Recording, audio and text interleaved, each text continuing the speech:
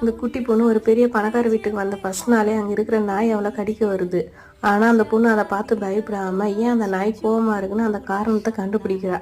அப்பாடா ஒரு வழியா என் கஷ்டத்தை புரிஞ்சுக்க ஒரு ஆள் கிடைச்சிச்சேன்னு அந்த நாய் ரொம்ப சந்தோஷமா ஆயிடுது. கொஞ்ச நேரத்துல அங்கே இருக்கிற எல்லா பெட்டுமே அவகிட்ட ரொம்ப க்ளோஸ் ஆயிடுதுங்க.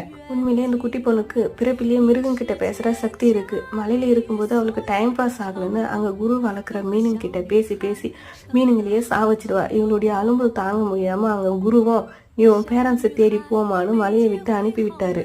இந்த குட்டி பொண்ணு மலையிலிருந்து கீழே இறங்கி வந்த உடனே ஒரு புறா பதட்டமா வந்து அவ மடியிலேயே வீது. இந்த புறா அவகிட்ட நான் பண்ண ஒரு சின்ன தப்புனால ஒரு நல்ல மனுஷனுக்கு துப்பாக்கி குண்டு பட்டு உயிருக்கு போராடிட்டு இருக்காருன்னு சொல்லுது.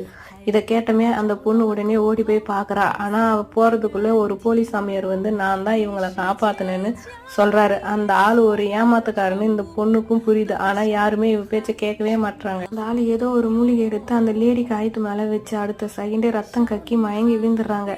இதை பார்த்த நம்ம குட்டி பொண்ணு சும்மா இல்லாம டக்குன்னு அவளோட ஊசி பை எடுத்து ட்ரீட்மெண்ட் பண்ண போறா. அங்க இருந்த பாடி கார்டு அவளை தடுக்க வராங்க. ஆனா நம்ம குட்டி பொண்ணு அசராம ஒரே ஒரு ஊசியை போட்டு அந்த பாடி கார்டையை அங்கேயே ஸ்டன் ஆகுற மாதிரி நிக்க வச்சுட்டா.